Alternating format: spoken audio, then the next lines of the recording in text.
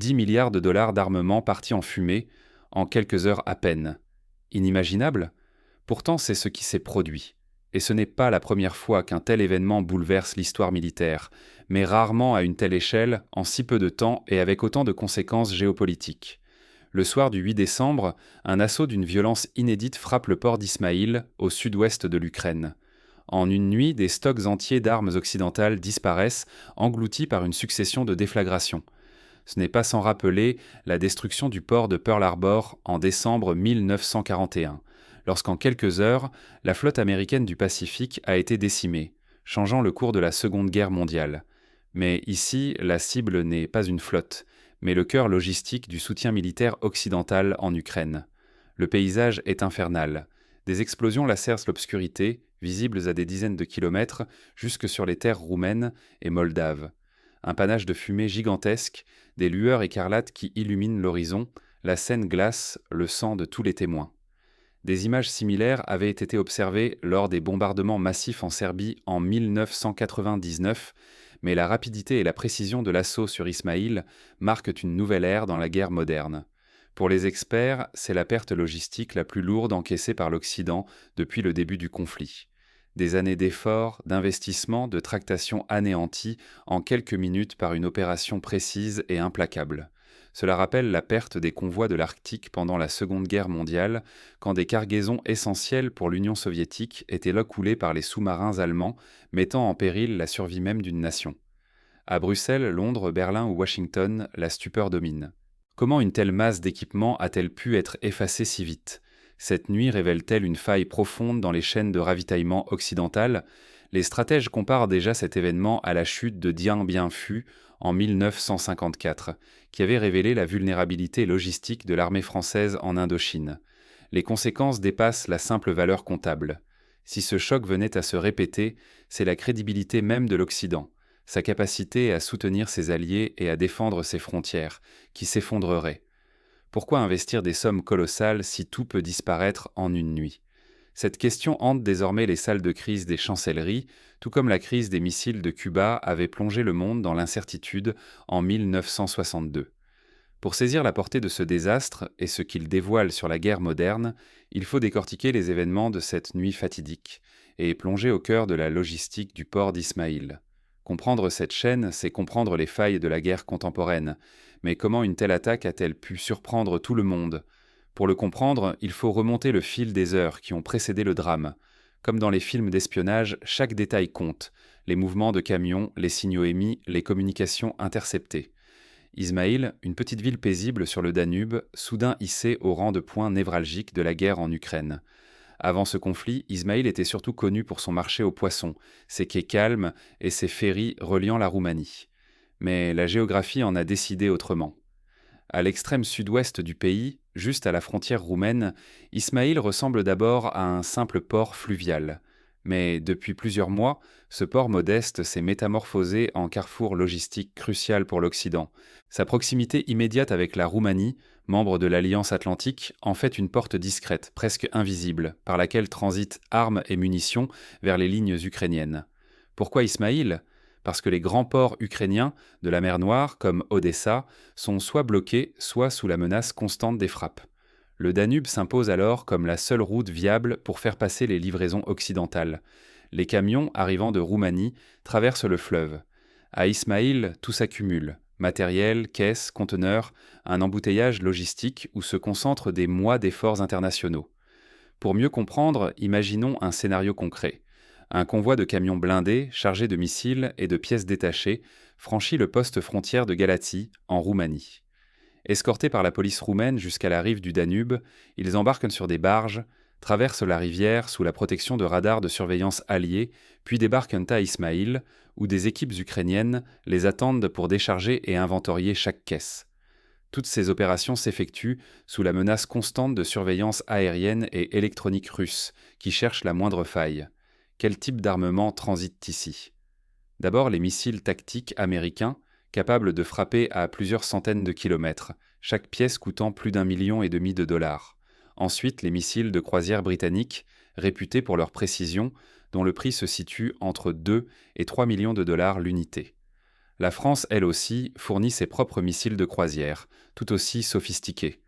S'ajoutent dans des roquettes pour les fameux lance-roquettes multiples HIMARS, chaque exemplaire valant plusieurs centaines de milliers de dollars, ainsi que des systèmes anti-aériens américains dont le coût approche ou dépasse 3 millions de dollars pièce.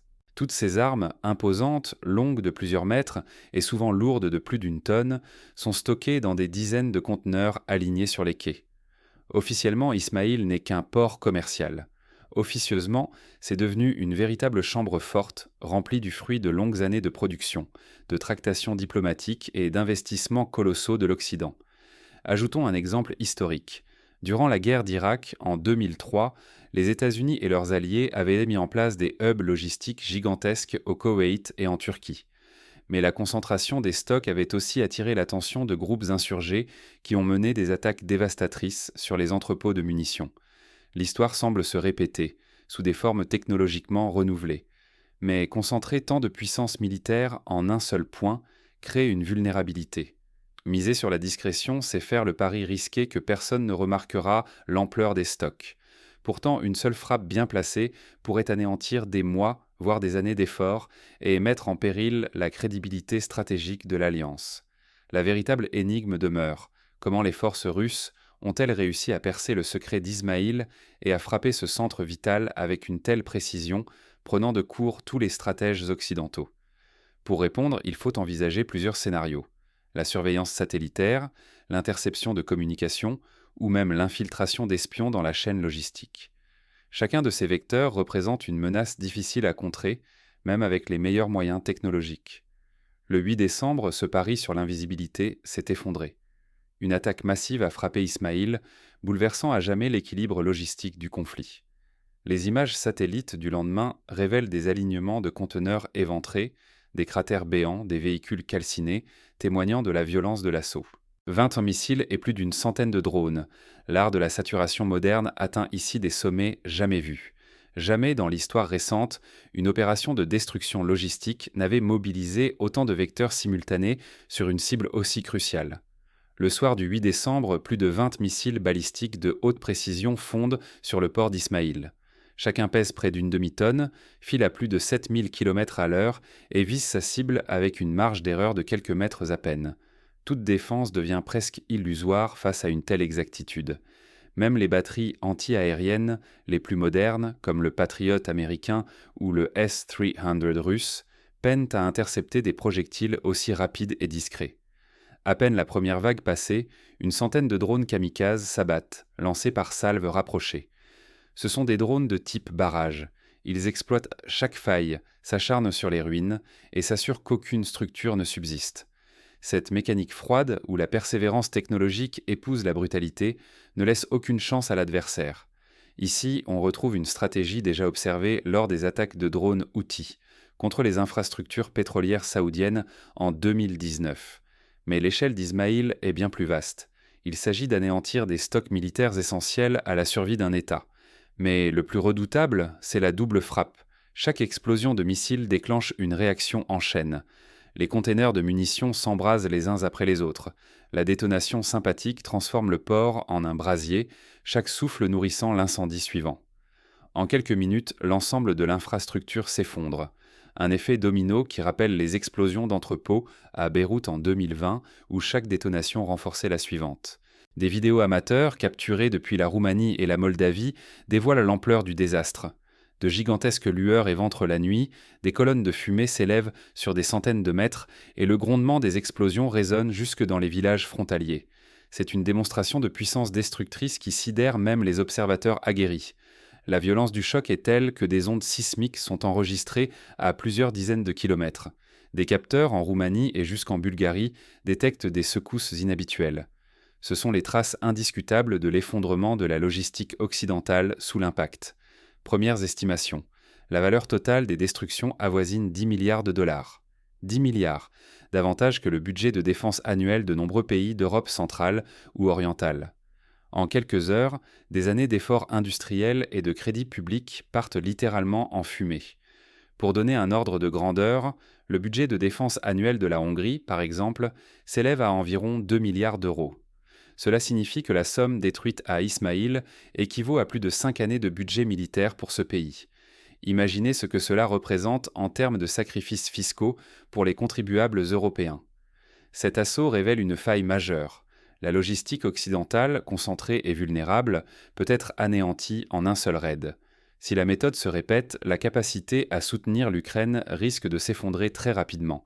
C'est un signal d'alarme retentissant, comparable à la perte des convois alliés dans l'Atlantique pendant la Seconde Guerre mondiale.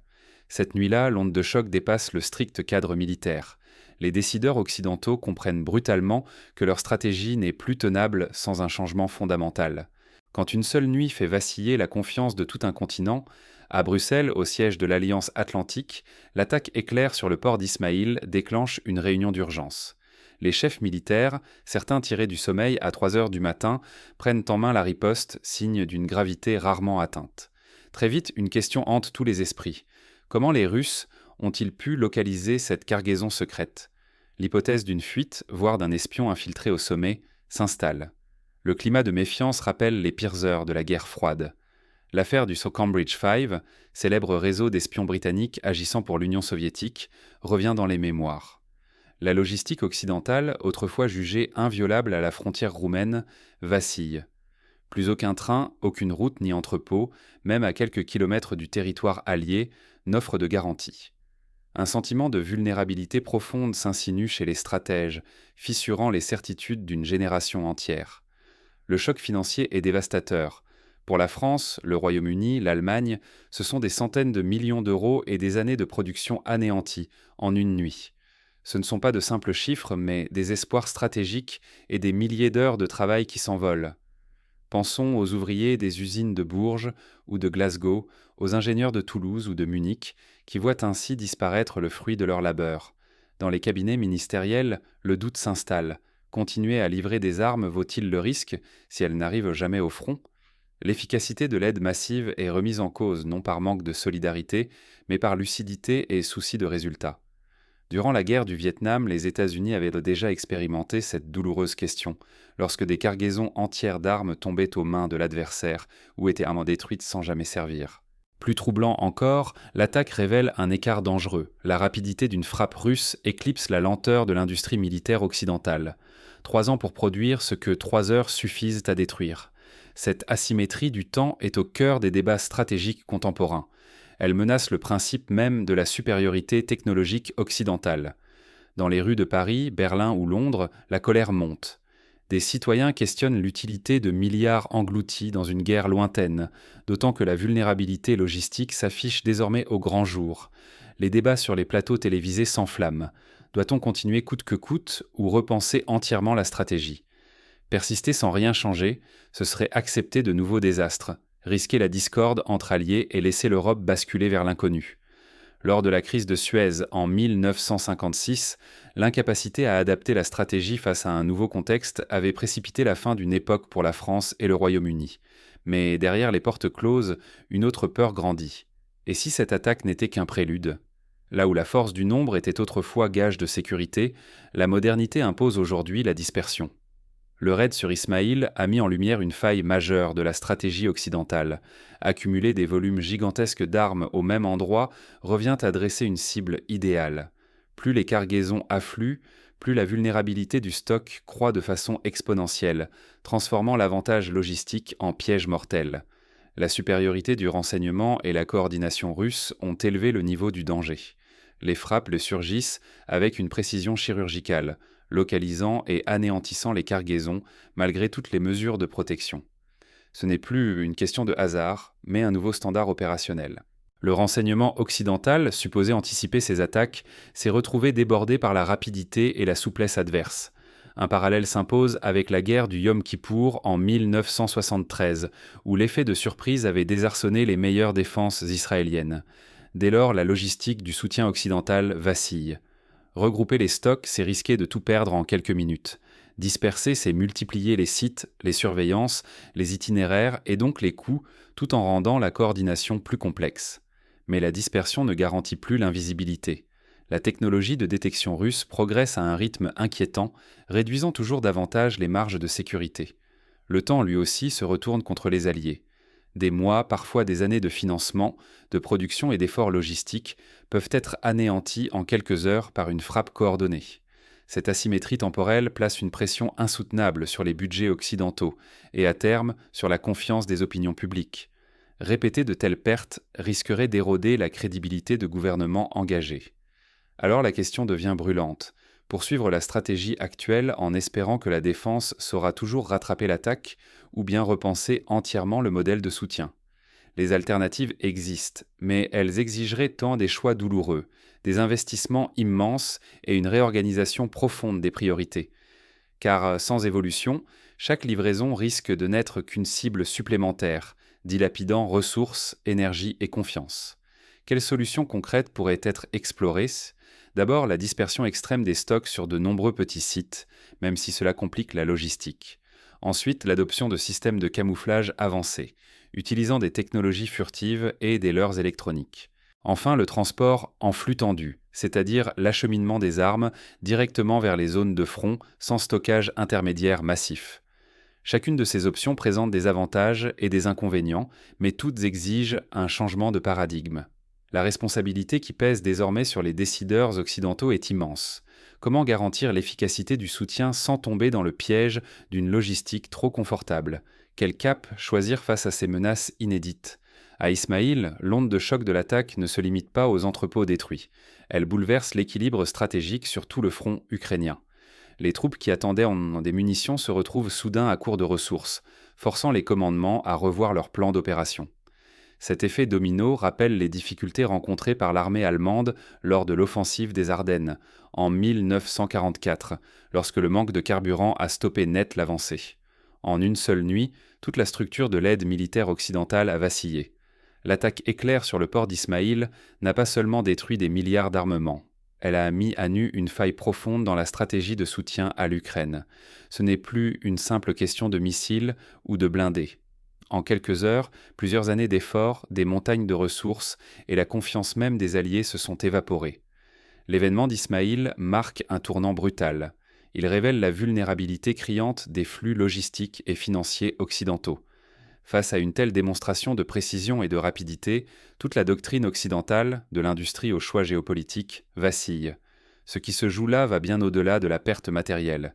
C'est une remise en cause de la capacité de l'Occident à projeter sa puissance, à garantir la sécurité de ses alliés et à maintenir l'ordre international. C'est l'argent des contribuables européens et américains, la crédibilité militaire et politique de l'Alliance et la capacité même de l'Occident à peser sur le conflit qui sont remis en cause. Plus encore, la sécurité des frontières européennes, voire l'image même de la puissance occidentale, chancelle. Les adversaires, qu'ils soient étatiques ou non, observent et tirent des leçons de cette faille. L'attaque d'Ismaïl force à admettre que la supériorité technologique ne suffit plus. La logistique, longtemps reléguée au second plan, s'impose aujourd'hui comme le nouveau champ de bataille décisif. Le raid du 8 décembre n'est pas un simple revers. Il oblige politique, état-major et opinion publique à douter des stratégies d'hier. Pour l'Occident, l'heure n'est plus à la réaction mais à une refondation stratégique profonde. Toute l'idée de sécurité collective est ébranlée. Une faiblesse logistique peut effacer des décennies d'avance technologique. Comme le rappelèrent déjà les stratèges de l'Antiquité, les armées marchent sur leur estomac. Aujourd'hui, c'est la logistique qui détermine la victoire ou la défaite. Rien n'est encore écrit. Mais désormais, il faudra choisir, réinventer la défense de ses intérêts ou laisser s'installer un doute qui pourrait se révéler fatal.